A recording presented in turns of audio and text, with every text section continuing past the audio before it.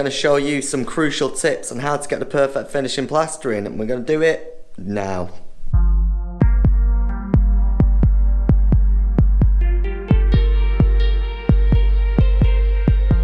Okay, so the finishing process starts from the very first point you've got to plaster on the wall, because the main thing you need to make sure is, number one, your wall's dead flat, two, that it's got matte, nice complexion, and three, there's no holes. That's what we're going to be focusing on today's video, making sure I've got flat, matte walls with no pits or hollows.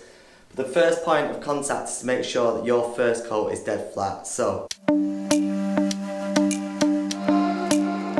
you've seen this before, this is your speed skim. I always recommend you flatten your first coat with a speed skim or a spatula. Anything that's got a long length that'll ensure an overall flat finish. I'm not going to harp on about this because everyone's seen me use it, but come one way, go horizontally.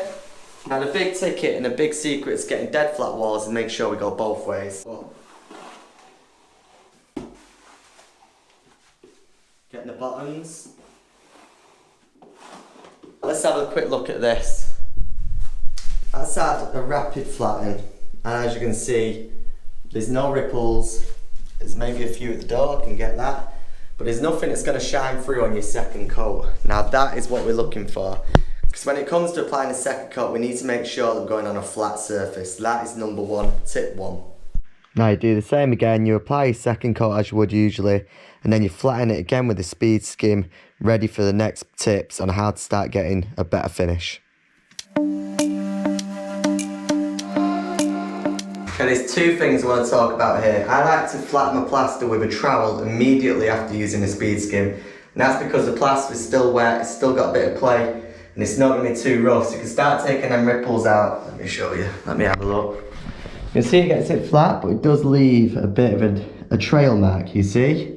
Speed skim is very good at getting your walls flat, but it can leave a bit of a texture. So I like to get it straight away now with a trowel. Start from your inner corner, trowel out, keeping your trowel close to the wall. Don't want an open trowel because you'll just pull the plaster off. Trowel close to the wall, and we're troweling. Now, and then we flatten that wall one way, so we're starting horizontally. Now what we're going to do is, on this trowel, I like to trowel vertically. And this is going to get rid of the lines and get the wall straight one way. So we come up as high as you can go. Any fat you're collecting, this is fat, excess plaster, fill in any holes.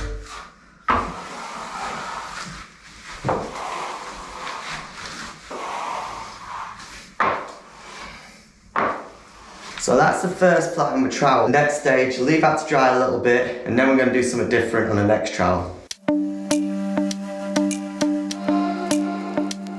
Right, before we go any further on the flattening, we've got to talk about this. Our internals. So this is obviously wet and wet. We've got wet plaster against wet plaster. Now this is the stage you want to be really starting to focus in on the internals and making sure that they're bang on. I tend to do them by hand, just freehand.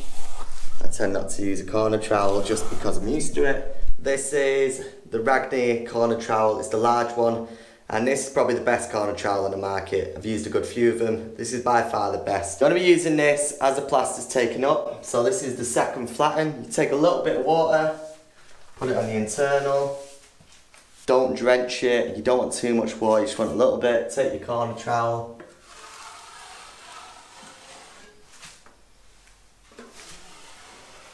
Just trowel out the lines. Somewhere that looks like that. We've got a nice, crisp internal angle. Now it still needs a lot of work, but it's a very good start. You want to be making sure your angles and internals start getting clean straight away. It's tip number 3, maybe, who knows.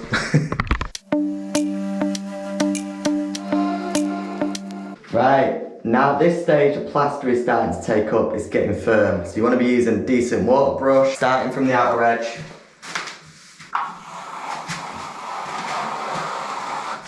Now this is called a cross trowel. We're going against the plaster that we did before. Let's give it a decent application.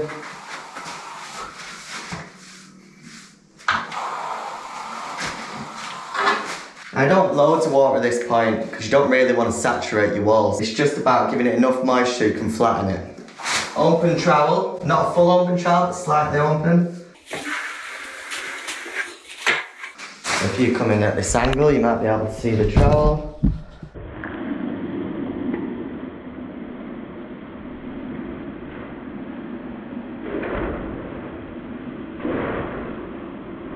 Now the big rule of thumb is, the later in stages we go plastering, the more you open up your trowel. Now when you're doing the final stages we'll go into, you really open it up, but you've got to do it as the plaster gets firmer. So tip number 4 or 3 is always cross trowel your work, and it means that your walls are going to get flatter, definitely.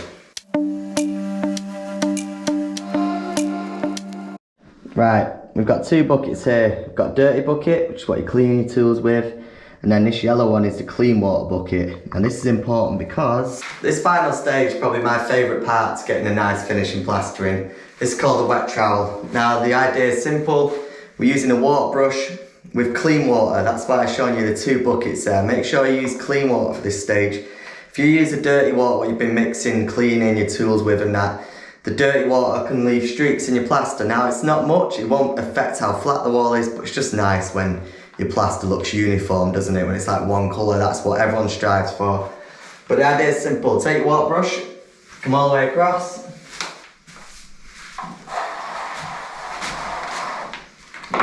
At this point we've really opened the trowel up.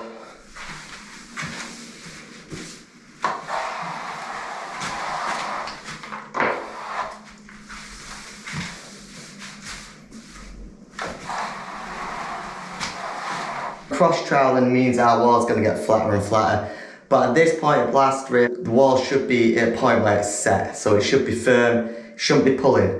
Now a big tip is if you're pulling fat the plaster with your trowel at this stage using the wet trowel, give it 10 minutes. That is my big tip. If you're doing a wet trowel and you're pulling plaster off, then that's a big no-go. You're doing it too soon, too early, and what you're essentially doing is you're pulling the plaster from the surface, and that's what you get. Tiger stripes, that's what it comes from. Doing your wet trowel too early and it creates tearing, micro tearing. Your trowel's pulling off plaster that's set and stuck to the wall. You don't want that.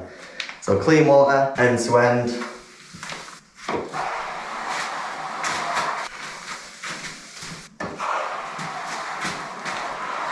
By the way, I appreciate that I'm rushing through the process here, but if you're new to plastering and you want to learn the full process, which is the 7 steps to plastering, how to mix the plaster, the exact tools you'll need for the job, and a full rundown on how to get started as a beginner to start plastering your first wall, sign up to our free welcome course. The link's below or something should be here. We'll take you on a 14-day course where we'll send you emails daily with videos on how you can start plastering and get you going from nothing to plastering your first wall. So hit that link below, ideal for beginners or anyone who wants to up the game. Let's get back to the video. Last point, you want to be using one of these. This is a plastic trowel. This is Rafina Plasiflex. Unbelievable trowel. If you've not got one yet, use it because for the final trowels it's amazing. Just leaves that lovely matte finish which is perfect for the painter. The process is simple, no water this time, end to end.